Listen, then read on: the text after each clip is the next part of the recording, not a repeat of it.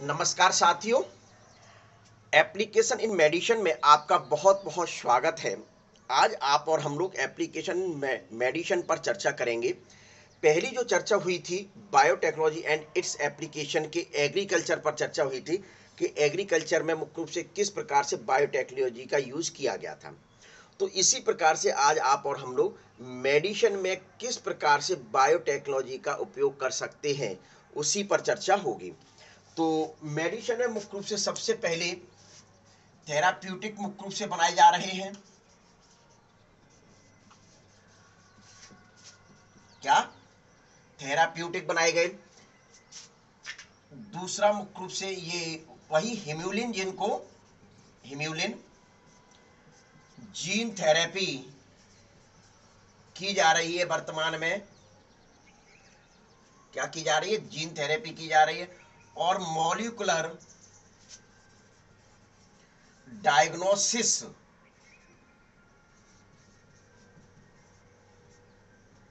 का उपयोग किया जा रहा है बायोटेक्नोलॉजी के माध्यम से।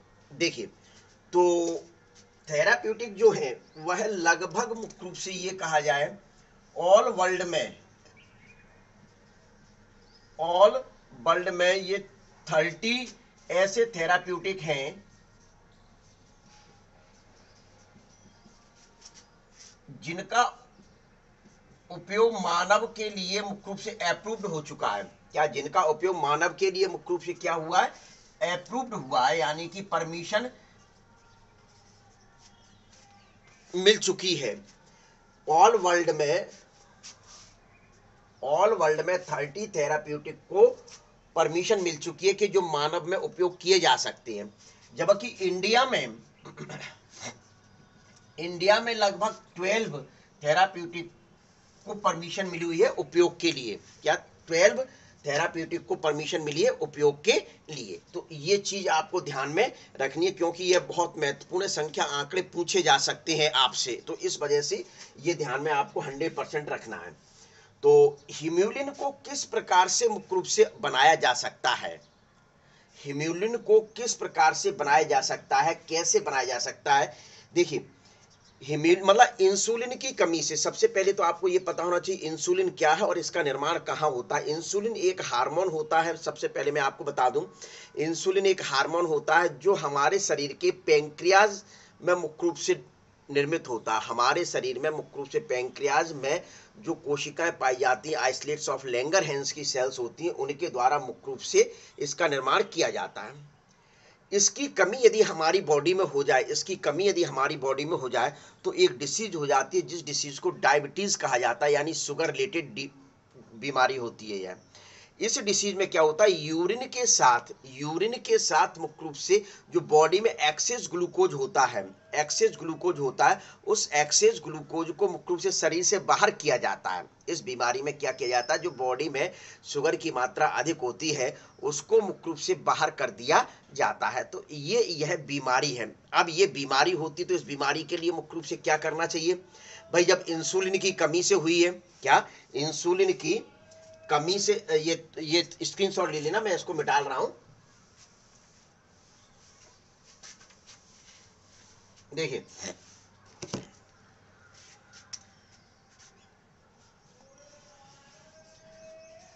पैंक्रियाज द्वारा एक हार्मोन निर्मित होता है जिसको क्या कहा जाता है? इंसुलिन कहा जाता है। इंसुलिन हार्मोन का नाम है। इंसुलिन क्या है? हार्मोन का नाम है। और इसकी कमी से जो मुख्य रूप से बीमारी होती है, जिस बीमारी को क्या कहा जाता है? डायबिटीज कहा जाता है। क्या कहा जाता है? डायबिटीज। यह है शुगर से रिलेटेड डिसीज होती है। इसमें मुख्य रूप से क्या होता है? जो शुगर होती है जो शुगर होती है, इस शुगर को यूरिन के साथ बॉडी से पास आउट कर दिया जाता है। यूरिन के साथ बॉडी से पास आउट कर दिया जाता है, तो शुगर बॉडी से बाहर निकल रही है। तो इसी बीमारी को मुख्य रूप से क्या कहा गया? डायबिटीज कहा गया। तो स्वाभाविक है कि ये बीमारी क्यों हो रही है? क्योंकि मुख्य रूप से इंसुलिन की कमी है अपने शरीर में। अब यदि इंसुलिन को शरीर में प्रवेश करा दिया जाए, इंसुलिन को शरीर में प्रवेश करा दिया जाए तो निश्चित तौर पर मुख्य रूप से इस बीमारी को सही किया जा सकता है।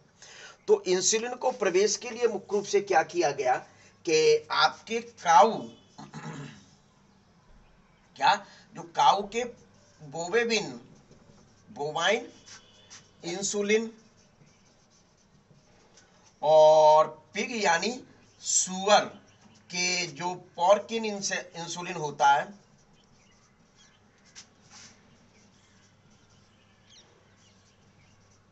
क्या पॉर्किन जो इंसुलिन होता है, इनको प्राप्त करके मुख्य रूप से बॉडी में प्रवेश करा दो,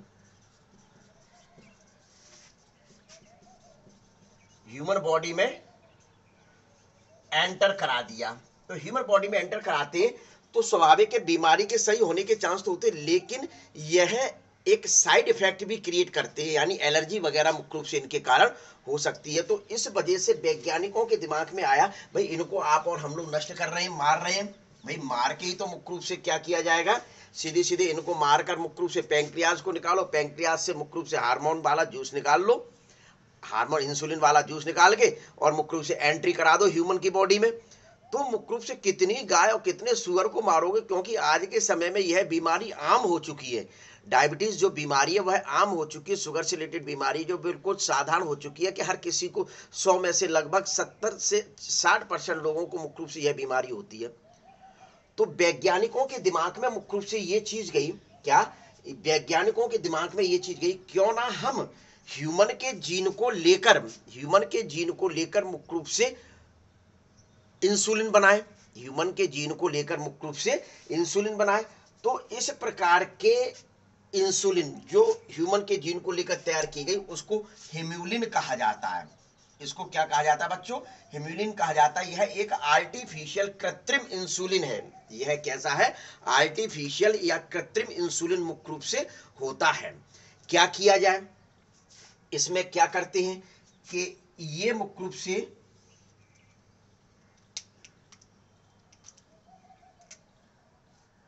ये वाला जो भाग है ये इंसुलिन का निर्माण करने वाला जीन है, इंसुलिन का निर्माण करने वाला जीन है, ठीक है। इस जीन को यदि लेकर हम इकोलाई में प्रवेश करा दें, इस जीन को लेकर यदि हम इकोलाई में प्रवेश करा दें तो निश्चित तौर पर मुख्य रूप से वहां क्या होगी, इसकी बहुत सारी कॉपी बनेंगी। कॉपी मतलब जीन मतलब क्या करता है, देखिए इंसुलिन क्या हार्मोन है, तो हार्मोन कैसे बनता है, जीन से मुख्य रूप से क्या बनेगा, प्रोटीन बनेगी, और प्रोटीन से मुख्य रूप से क्या बनेंगे, हार्मोन बनेंगे। क्या बनेंगे, हार्मोन बनेंगे। तो क्यों ना कि मुख्य रूप से उस हार्मोन को मुख्य रूप से जो इंसुलिन हार्मोन है तो जीन के माध्यम से बनाकर बॉडी में प्रवेश कराते रहें। लेकिन परेशानी क्या हो रही है, क्या हो रही है कि recombinant insulin gene product insulin प्राप्त कर लेते हैं, इसके द्वारा जो बनाया जा रहा है। देखिए ये जीन है, तो क्या किया जाए कि सीधे सीधे मुख्य रूप से इसको प्लाज्मिड से जोड़ दिया जाए, प्लाज्मिड से चलिए जोड़ दें, प्लाज्मिड से ये मैंने जोड़ा, ब्लैक बनाया तो ये ब्लैक ये प्लाज्मिड से जोड़ दिया, और इनको जोड़ने के बाद मुख्य रूप से इकोलाई सेल में प्रवेश करा दिया। ये इकोलाई का स्वयं का डीएनए है और ये मुख्य रूप से वेक्टर इसके बॉडी में प्रवेश कर गया वेक्टर बॉडी में। ये देखिए ये अब ये जो वेक्टर प्रवेश किया वाहक प्लाज्मिड, ये वाले जीन को इंसुलिन के जीन को लेकर प्रवेश किया। अब यहां मुख्य रूप से क्या होगा, इसकी बहुत सारी कॉपी बनेंगी, क्योंकि रेप्लिकेट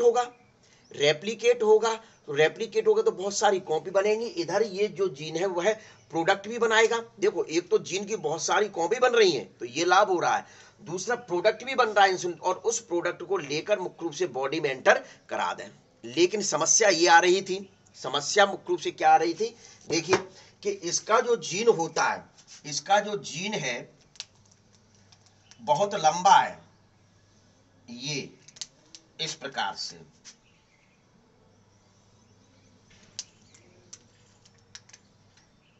इसका जीन बहुत लंबा है। जैसे फॉर एग्जांपल ये एक पार्ट है ये दूसरा पार्ट है जिनका, ये तीसरा पार्ट है।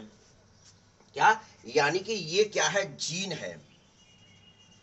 इस जीन के माध्यम से, इस जीन के माध्यम से ये प्रोटीन निर्मित हो रही है। क्या निर्मित हो रही है भाई, स्वाभाविक है, जीन देखो कितना लंबा है। ये प्रोटीन, जब जीन लंबा है तो निश्चित तौर पर मुख्य रूप से जो प्रोटीन बनेगी वो प्रोटीन पॉलीपेप्टाइड चेन भी वो भी लंबी होगी। तो ये भी देखिए 1 2 3, इस जीन ने मुख्य रूप से ये पेप्टाइड चेन बनाई। क्या बनाया, peptide. It is not visual, it is not visual, it is not visual. तो ये जो बनी मुख्य रूप से देखें, इस साइड में अब लिख रहा हूं, ये जो बना इसको क्या कहा जा रहा है, पेप्टाइड चेन कहा जा रहा है। स्वाभाविक ये है कि इसमें जो एक ये जीन बनाता है पेप्टाइड, एक ये बनाता है, बीच का यूजलेस है। बीच वाला जो पार्ट है वो कैसा है, यूजलेस है। तो स्वाभाविक ये प्रोटीन चेन बनी तो ये भी यूजलेस होगी। तो इसको काटने के लिए बैक्टीरिया में इस प्रकार का कोई औजार नहीं पाया जाता था कि इसको काट ले और इनको जोड़ के डाइसल्फाइड बॉन्ड, मतलब सल्फाइड बॉन्ड द्वारा ये जुड़ते हैं, तो ये आपस में जुड़ जाए और मुख्य रूप से क्या हो, इंसुलिन का निर्माण करें। ऐसा सिस्टम इकोलाई में नहीं था। इकोलाई में इस प्रकार का सिस्टम नहीं था। तो प्रॉब्लम ये आई, तो अब क्या किया जाए। जब दो अलग अलग बन रहे हैं, एक ये वाला एक एक प्रोटीन को बना रहा है, पेप्टाइड चेन को, तीसरा ये बना रहा है, तो यही ब्लैक और रेड वाली अपने लिए आवश्यक थी। ब्लैक और रेड वाले जो जीन थे वह आवश्यक थे, उनके द्वारा बनाई जाने वाली प्रोटीन भी इंसुलिन से रिलेटेड थे। लेकिन ये बीच में जो सेकंड नंबर का था ये कोई मतलब का नहीं, तो मैंने लिख दिया यूजलेस था। तो इसको काटने के लिए, हटाने के लिए इकोलाई बैक्टीरिया में इस प्रकार का कोई भी एंजाइम या कोई अन्य कैंची या कोई अन्य पदार्थ नहीं पाया जाता था, तो जो इसको काट कर हटा दे। तो इसके लिए वैज्ञानिकों, अमेरिका की एक कंपनी थी एली लिली, क्या अमेरिका की एक कंपनी थी एली लिली, इन्होंने 1983 में, कब, 1983 में मुख्य रूप से एक सॉल्यूशन निकाला कि ऐसा क्यों ना किया जाए तो ऐसा हो जाए, ऐसा क्यों ना किया जाए तो ऐसा हो जाए। इसका स्क्रीनशॉट ले लीजिए भैया आप लोग, ठीक है। चलिए, इन्होंने मुख्य रूप से एक सॉल्यूशन निकाला, क्यों ना हम जब बैक्टीरिया इकोलाई में प्रवेश करा रहे हैं, इकोलाई में प्रवेश करा रहे, उसी दौरान जीन को काटकर अलग अलग इकोलाई में डाल दें। जैसे वही वाली बात आ गई, क्या वही बात आ गई, देखिए ये है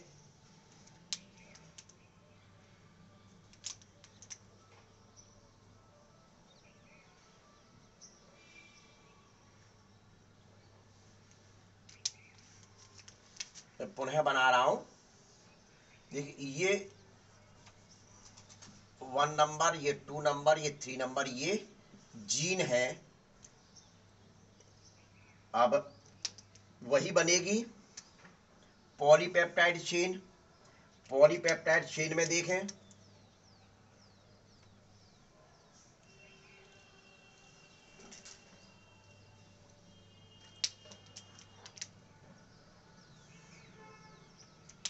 देखिए, तो स्वाभाविक ये कहता है, प्रश्न ये है कि ये क्या बन गई, पेप्टाइड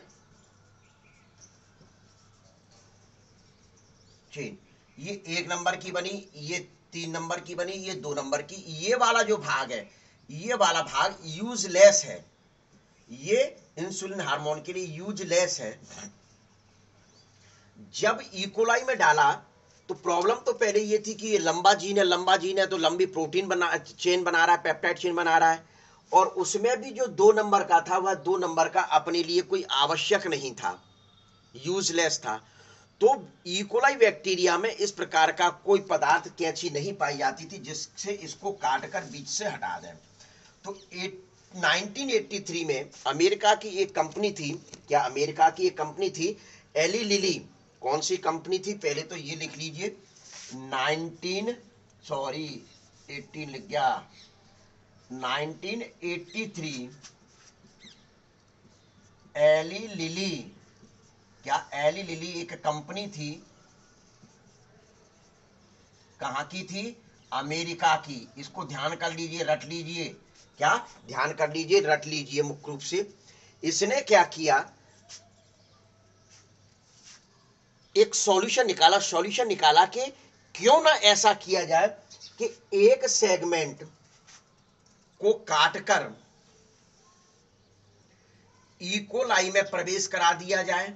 ये प्रवेश कराया, ए इकोलाई है, ये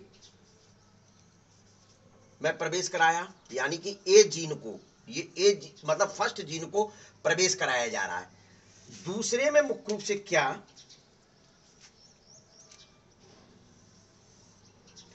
दूसरे में मुख्य रूप से क्या किया जाए, तीसरे नंबर का जो जीन का सेगमेंट है इसको काटकर प्रवेश करा दिया जाए।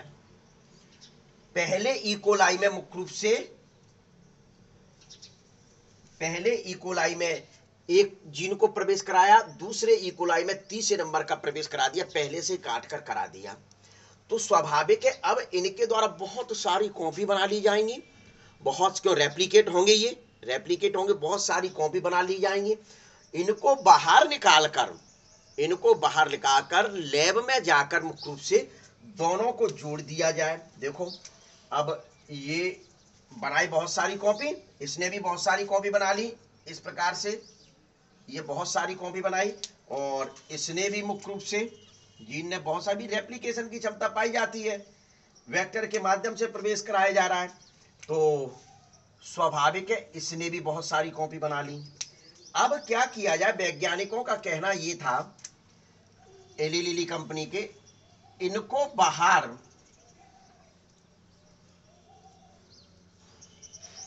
लैब में ले जाकर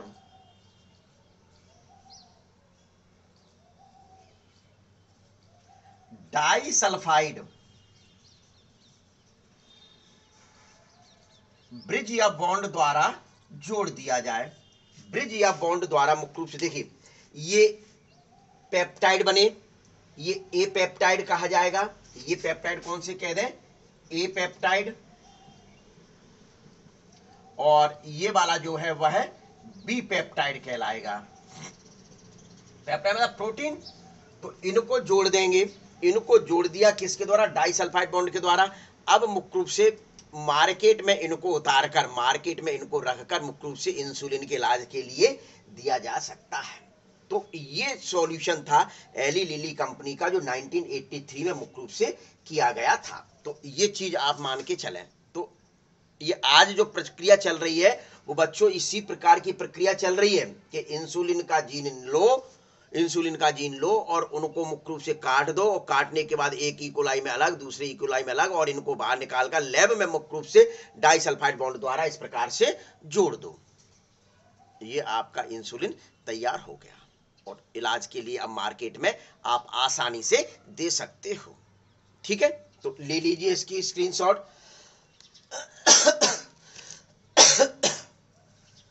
देखिए अब आता है, सीधे सीधे बताया जाए दूसरा पॉइंट,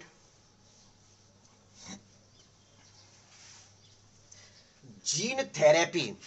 क्या जो आपके एनसीईआरटी में दिया हुआ है, क्या आपके एनसीईआरटी में दिया हुआ है वही आपको तैयार करना है, सिर्फ जीन थेरेपी।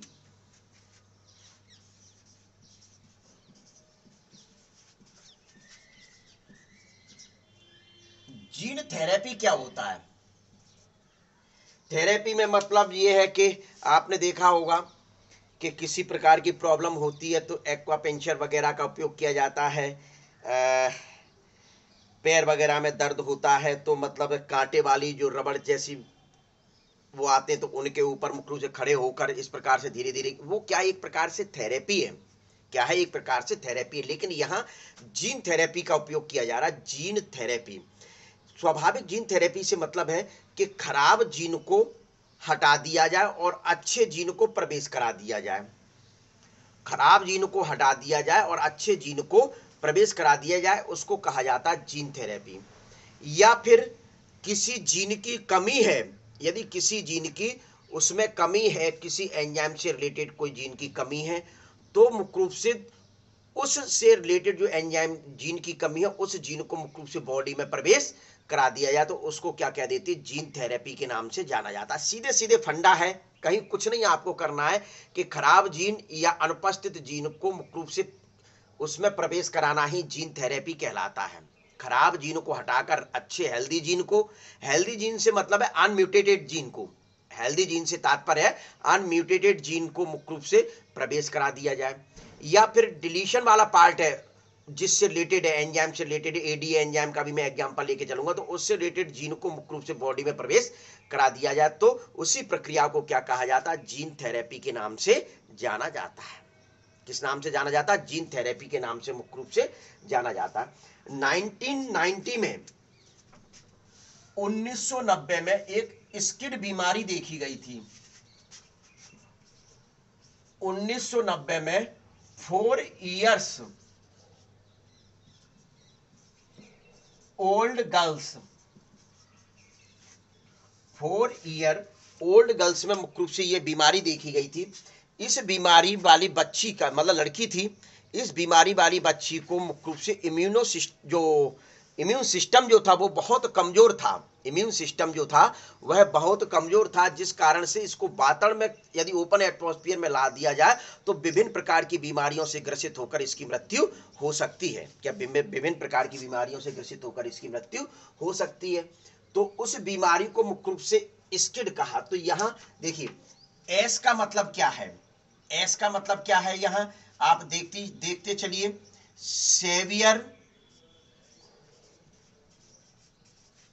सेवियर, सी का मतलब क्या है, कंबाइंड,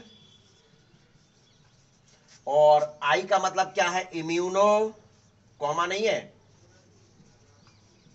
इम्यूनो डेफिशिएंसी,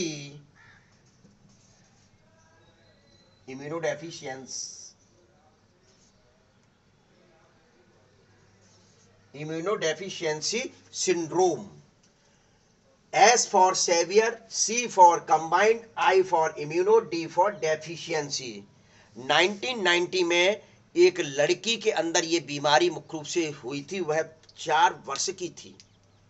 उसको खोजा गया था, बीमारी पहले से ही थी लेकिन उसको खोजा गया था, इसके इलाज को मुख्य रूप से बताया गया था। क्या था कि ये बीमारी अंडर हॉस्पिटलाइज रहती थी, अंडर डॉक्टर के मुख्य रूप से रहती थी, वहीं इसका खेलने का स्थान था, वहीं मुख्य रूप से इसके खाने का स्थान था। उसको, उस बच्ची को, 4 वर्ष वाली बच्ची को मां का दूध नहीं पिलाया, मतलब मां के पास नहीं ले जाया जा सकता था। क्यों? क्योंकि यदि ले जाते हैं तो वह विभिन्न प्रकार की बीमारियों से ग्रसित हो जाता था, ग्रसित हो जाती थी। ये क्या है कि ये इस WBC द्वारा बनाए जाने वाले एक एंजाइम की कमी से ये बीमारी होती है। लिम्फोसाइट्स के द्वारा WBC द्वारा बनाए जाने वाले ADA एंजाइम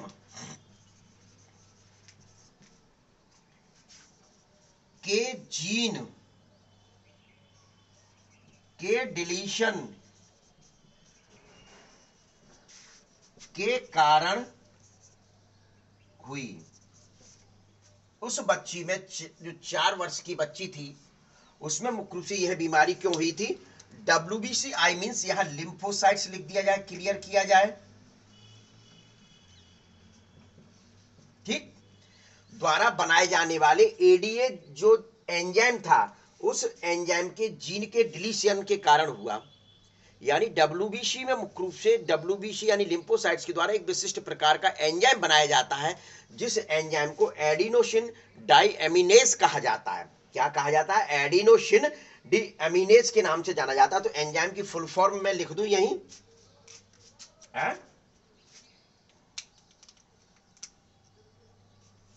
एडिनोसिन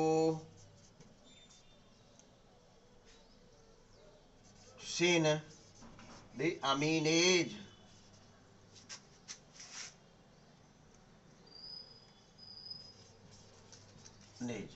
ये जो एंजाइम था, ये एंजाइम नहीं बन पा रहा था उस बच्ची में, जिसके कारण स्किड बीमारी हुई थी, जिस कारण सेवियर कंबाइंड इम्यूनोडेफिशिएंसी सिंड्रोम मुख्य रूप से हुआ था उस बच्ची को। अब क्या किया जाए, मुख्य रूप से डॉक्टर के द्वारा एक इलाज निकाला गया। क्या, डॉक्टर के द्वारा मुख्य रूप से एक इलाज निकाला गया। क्यों ना मुख्य रूप से क्या किया जाए कि एडिनोसिन डीएमिनेज एंजाइम है उसकी बॉडी में पहुंचा दिया जाए तो वह बच्ची मुख्य रूप से जीवित रह सकती है। अब इसको पहुंचाने के लिए क्या करना पड़ेगा, डब्ल्यूबीसी यानी लिम्फोसाइट्स को पहुंचाना पड़ेगा, डब्ल्यूबीसी को। और डब्ल्यूबीसी भी कौन सा पहुंचाना पड़ेगा कि जिसमें मुख्य रूप से इससे संबंधित जो जीन है उसको जोड़ दिया जाए, उसको जोड़ दिया जाए, तब मुख्य रूप से वह जाकर बॉडी में मुख्य रूप से क्या करेगा, एडीए एंजाइम का प्रोडक्शन करेगा और उस एंजाइम के माध्यम से मुख्य रूप से यह बीमारी नहीं होगी। लेकिन समस्या देखिए, तो डॉक्टर ने मुख्य रूप से सलाह दी, एक तो क्या किया जाए, बोन मैरो ट्रांसप्लांट कर दिया जाए इस बीमारी में। डॉक्टर की सलाह मतलब डॉक्टर के अनुसार, मतलब अकॉर्डिंग टू डॉक्टर, मतलब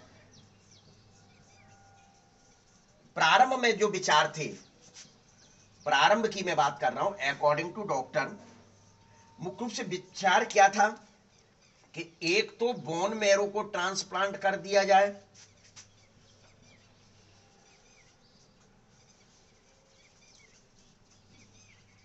या बोन मैरो को ट्रांसप्लांट कर दिया जाए, क्योंकि आपको पता है कि बोन मैरो के द्वारा ही मुख्य रूप से कार्ड सेल्स का निर्माण होता है, अर्थात डब्ल्यूबीसी या लिम्फोसाइट्स का निर्माण मुख्य रूप से किया जाए। तो उसी के भाई या उसी की बहन का बोन मैरो लेकर मुख्य रूप से ट्रांसप्लांट कर दिया जाए, एक तो ये किया जाए। दूसरा मुख्य रूप से क्या किया जाए, जो एडीए एंजाइम है, एडीए एंजाइम है, उस एडीए एंजाइम को बॉडी में रिप्लेसमेंट कर दिया जाए, यानी कि मुख्य रूप से पहुंचा दिया जाए, बोन मैरो ट्रांसप्लांट कर दिया जाए, एंजाइम रिप्लेसमेंट थेरेपी को अपना लिया जाए, एंजाइम रिप्लेसमेंट थेरेपी को अपना लिया जाए। लेकिन ये दोनों जो मेथड थे, ये मेथड मुख्य रूप से अधिकतम उपयोगी नहीं थे, किंतु ये पूर्ण रूप से सही नहीं थे, ये पूर्ण रूप से सही नहीं थे। इस वजह से वैज्ञानिकों ने मुख्य रूप से क्या स्कीम निकाली, वैज्ञानिकों ने स्कीम निकाली, क्यों ना उस जीन को प्रवेश करा दिया जाए जो ये मुख्य रूप से एंजाइम बना रहा है, क्यों ना उस जीन को प्रवेश करा दिया जाए कि ये जो एंजाइम मुख्य रूप से बनाया जा रहा है, एडीए एंजाइम, क्या एडीए एंजाइम जिसके द्वारा निर्मित हो रहा है, उस जीन उसके अंदर नहीं था, बच्ची के अंदर, तो उस जीन को ही प्रवेश करा दिया जाए तो मुख्य रूप से ये काम चल सकता है।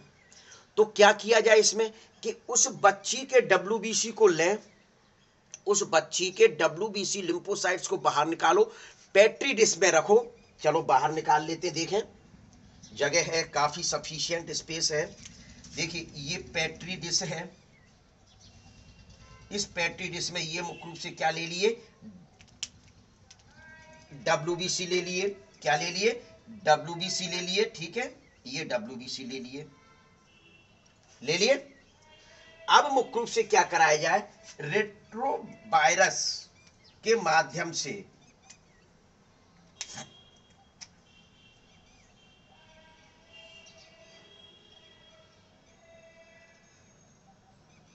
यहां ना बनाऊं, एक ही बार से काम चल जाए,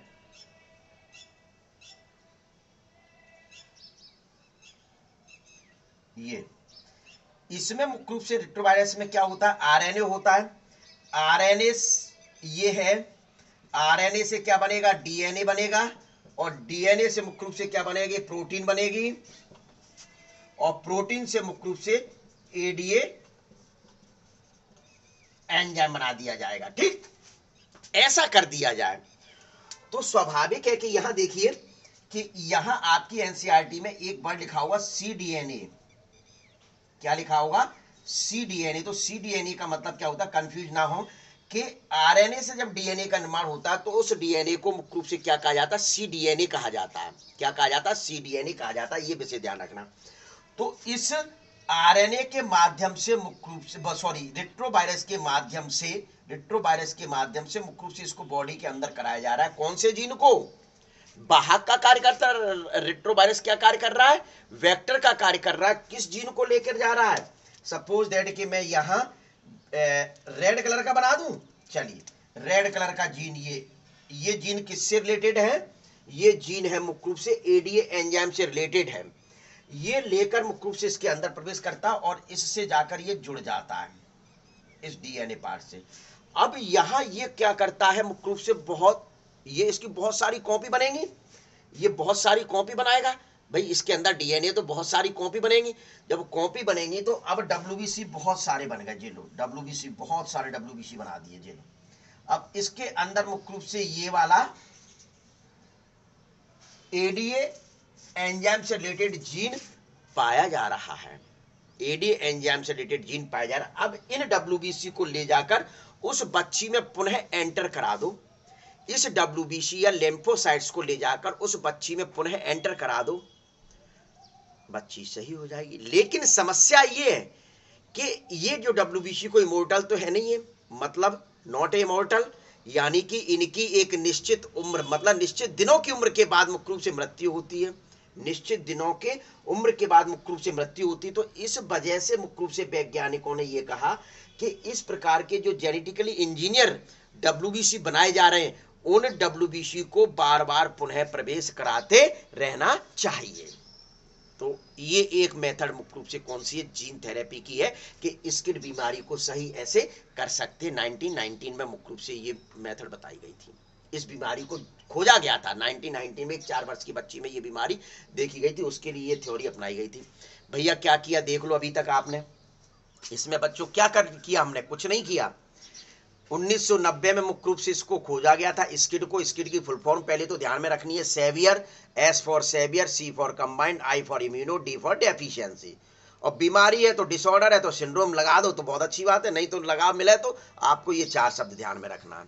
इसमें ये बीमारी क्यों होती है, क्योंकि उस बच्ची में मुख्य रूप से एक एंजाइम रिलेटेड होता है, एंजाइम मुख्य रूप से पाया जाता है, इस एंजाइम को एडीए एंजाइम कहा जाता है। उस एंजाइम का जीन मुख्य रूप से उसमें नहीं पाएगा, जिसके कारण मुख्य रूप से ये बीमारी हुई, यानी उसका इम्यून सिस्टम है बहुत कमजोर रहता है। और जब इम्यून सिस्टम कमजोर है तो निश्चित तौर पर विभिन्न प्रकार की बीमारियों से वह ग्रसित हो जाएगा। वातावरण में रह नहीं सकती है ओपन एटमॉस्फेयर में, इस वजह से इसको वहीं एक बंद कमरे में मुख्य रूप से इस प्रकार का वातावरण बना दिया गया कि जिसके कारण कोई पैथोजन अंदर प्रवेश ना कर सके। क्लियर, तो ये कंडीशन की गई।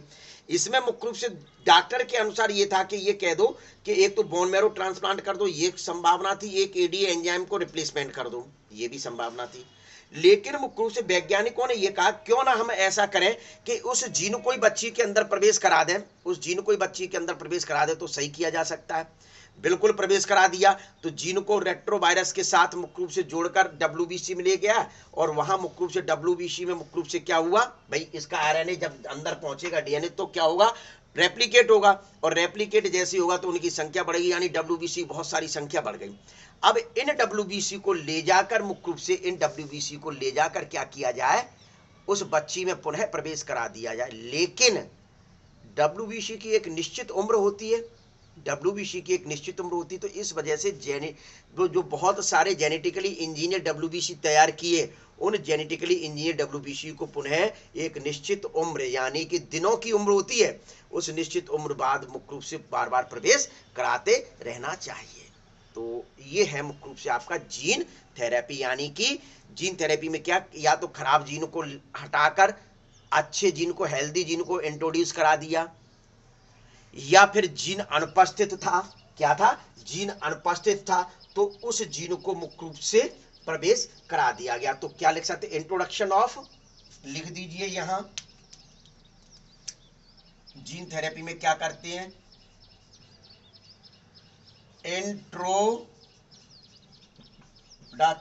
ऑफ, क्या, इंट्रोडक्शन मतलब एक प्रवेश करा रहे हैं, क्या करा रहे हैं, इंट्रोडक्शन ऑफ अनम्यूटेड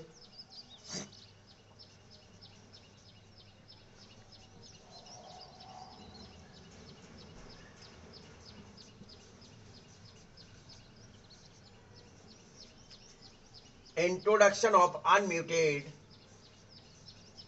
जीन, ठीक है, इन द बॉडी, जीन यही लग जाएगा, क्या दिखाई देगा, जीन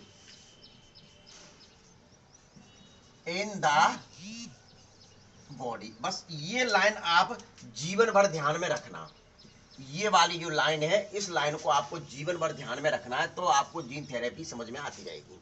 बस इतनी शॉर्ट में मैंने बता दिया, इंट्रोडक्शन ऑफ अनम्यूटेटेड या healthy gene in the body. सीधे इंट्रोड्यूस भी लिख सकते हैं, इंट्रोडक्शन नहीं लिखना है तो इंट्रोड्यूस लिख दो, नहीं आप कहो इंट्रोडक्शन मतलब प्रस्ताव दे रहा है, मेरा प्रस्ताव है क्या, तो स्वाभाविक है सीधे सीधे introduce of अनम्यूटेटेड healthy gene in the body, ये आपका क्या हुआ, जीन थेरेपी हुआ। अब तीसरा मुख्य रूप से जो आता है वह क्या आता है, मॉलिक्यूलर डायग्नोसिस। मॉलिक्यूलर, पहले इसकी वो ले लीजिए एक मतलब क्या बोलते हैं, स्क्रीनशॉट ले लीजिए, मिटा लो। चलिए, बहुत सिंपल है, बहुत और महत्वपूर्ण बहुत है, विशेष ध्यान रखना, सिंपल भी है और महत्वपूर्ण भी बहुत है। तो देखिए अब आता है मॉलिक्यूल, बिल्कुल 2 मिनट का वो रह गया, मॉलिक्यूलर डायग्नोसिस।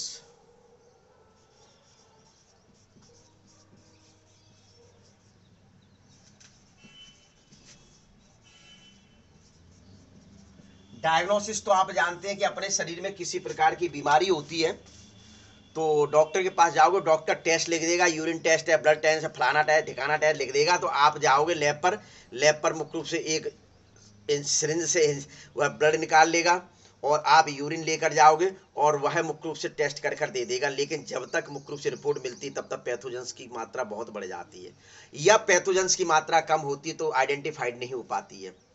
विशेष तौर पर मुख्य रूप से जैसे एड्स की बीमारी है, कैंसर की बीमारी है, क्या कैंसर की बीमारी, इस स्थिति में तो बहुत ही कंडीशन खराब होती है। तो यहां मुख्य रूप से क्या किया जाए, मॉलिक्यूलर डायग्नोसिस किया जाए। क्या किया जाए, मॉलिक्यूलर डायग्नोसिस किया जाए। तो स्वाभाविक है कि इनसे रिलेटेड जो जीन होते हैं उनको मुख्य रूप से पहचान कर लिया जाए कि ये जीन हमारी बॉडी में है कि नहीं, उसके लिए जो टेस्ट लगा दिया जाए तो उसी को मॉलिक्यूलर डायग्नोसिस कहा जाता है। क्या, उसी को क्या कहा जाता है, मॉलिक्यूलर डायग्नोसिस के नाम से जाना जाता है। इनके जीन या डीएनए सेगमेंट्स को पहचान लिया जाए कि बॉडी में है कि नहीं। अब भाई डीएनए सेगमेंट तो थोड़े से कैसे पहचाना जाए, तो इस वजह से ही मुख्य रूप से विद इन आध घंटे में लाखों करोड़ों कॉपी मुख्य रूप से बनाने वाले पीसीआर का उपयोग किया जाता है। इसमें इस मेथड में मुख्य रूप से एचआईवी वायरस, जैसे एड्स के लिए एचआईवी वायरस की पहचान करनी है, भाई एड्स है, कोई एड्स बीमारी है तो आपको क्या पहचान करना है कि अपनी बॉडी में ये पता चल जाए एचआईवी वायरस है कि नहीं, एचआईवी वायरस है कि नहीं। तो स्वाभाविक एचआईवी वायरस की पहचान करने के लिए पीसीआर लगा दीजिए। क्या लगा दीजिए, पीसीआर पॉलीमरेज चेन रिएक्शन, इसके माध्यम से एचआईवी को आप प्राप्त कर सकते हैं, एचआईवी की बहुत सारी कॉपी प्राप्त कर सकते हैं। तो इससे ये पता चल जाएगा कि एड्स है कि नहीं। ये पॉलीमरेज चेन रिएक्शन क्या है, ये मैं पीछे जो आपका मतलब बायोटेक्नोलॉजी प्रिंसिपल एंड प्रोसेस है उसमें देखना, मैं पीसीआर पढ़ा के आया हूँ, लास्ट 7 नंबर का पार्ट है, उस पार्ट को आप स्टडी कर लीजिए, ठीक है, तो उसमें पता चल जाएगा। तो ऐसे पीसीआर के माध्यम से आप मुख्य रूप से चाहे क्या बोलते कैंसर के रिलेटेड बीमारी को पता कर सकते हैं, आप एड्स से रिलेटेड वायरस को मुख्य रूप से पता कर सकते हैं। एड्स से रिलेटेड जो वायरस यानी जो जीन पाया जाता है, डीएनए पाया जाता है, आरएनए पाया जाता है, जो भी जिसमें भी पाया जाता है उसकी जानकारी प्राप्त करके मुख्य रूप से आप और हम लोग उस बीमारी को डायग्नोट कर सकते हैं। तो देखिए कौन कौन सी मेथड होती है मॉलिक्यूलर में, पीसीआर। तो पीसीआर के लिए आप 7 नंबर के पार्ट की स्टडी करें, 7 नंबर के पार्ट की स्टडी करें। और वो 7 नंबर कौन से, इससे पहले वाला जो चैप्टर था बायोटेक्नोलॉजी प्रिंसिपल एंड प्रोसेस के 7 नंबर पार्ट की आप स्टडी करें, उसमें पीसीआर पूरा बताया गया हुआ। इसमें कौन कौन से वायरस की पहचान, एचआईवी की पहचान की जा सकती है और कैंसर बीमारी। अब ये आपको पता है एचआईवी से क्या होता है, एड्स होता है, इसको पता कर लोगे तो एड्स पता कर सकते हो, जज कर सकते हो भैया उसमें एड्स है कि नहीं। ये मुख्य रूप से। दूसरा मुख्य रूप से एक लगाया जाता है एलिसा, ये एड्स के पहचान के लिए मुख्य रूप से टेस्ट है, एड्स की आइडेंटिफाइड करने के लिए मुख्य रूप से ये टेस्ट है। ई का मतलब क्या होता है, यहां देखें, ई का मतलब एंजाइम, ई का मतलब क्या होता है बच्चों, एंजाइम होता है। एल का मतलब, चलो लिखते चलूं, एंजाइम। एल का मतलब क्या होता है, लिंक्ड। एंजाइम लिंक्ड, और ये जो एलिसा, जो आई का मतलब होता वह है क्या, इम्यूनो, इम्यूनो, एस का मतलब क्या होता है, सॉर्बेंट, एस का मतलब क्या है, सॉर्बेंट, और ए का मतलब क्या है, एसिड। ये पहले तो इसकी फुल फॉर्म रख लीजिए, एंजाइम लिंक्ड इम्यूनो सॉर्बेंट एसे। इसकी फुल फॉर्म अच्छे ढंग से याद कर लीजिए, एंजाइम लिंक्ड इम्यूनो सॉर्बेंट एसे। एंजाइम लिंक्ड, बहुत ये मतलब अभी मैंने पीछे उसकी बता क्या है, स्किड की भी याद अच्छे ढंग से कर लेना, और आपके एलिसा की भी अच्छे ढंग से याद कर लेना। ये जो टेस्ट लगाया जाता है वो एड्स के वायरस की पहचान करने के लिए मुख्य रूप से टेस्ट लगाया जाता है। इस टेस्ट में मुख्य रूप से कहीं नहीं है एंटीजन एंटीबॉडी इंट्रैक्शन है। इसमें क्या है,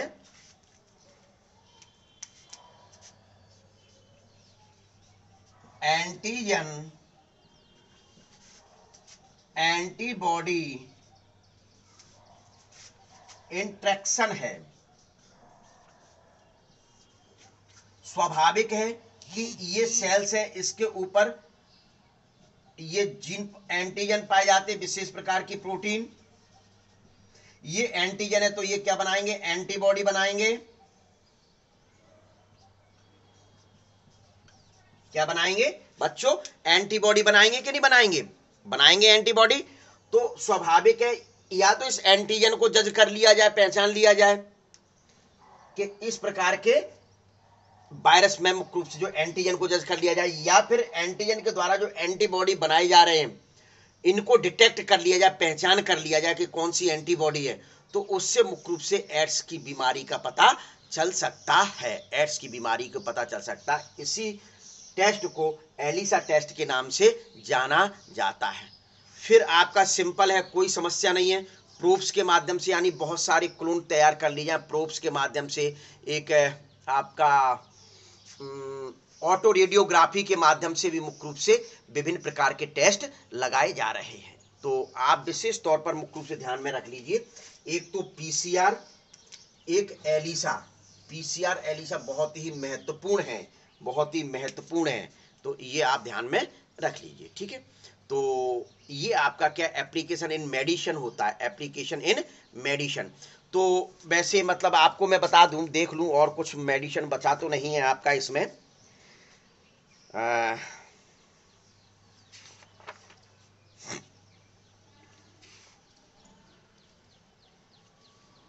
भाई प्रोब्स और वो तो हो ही जाएंगे आपके, प्रोब्स और क्या बोलते हैं, auto radiography. Probes and auto radiography में कहीं कुछ नहीं है।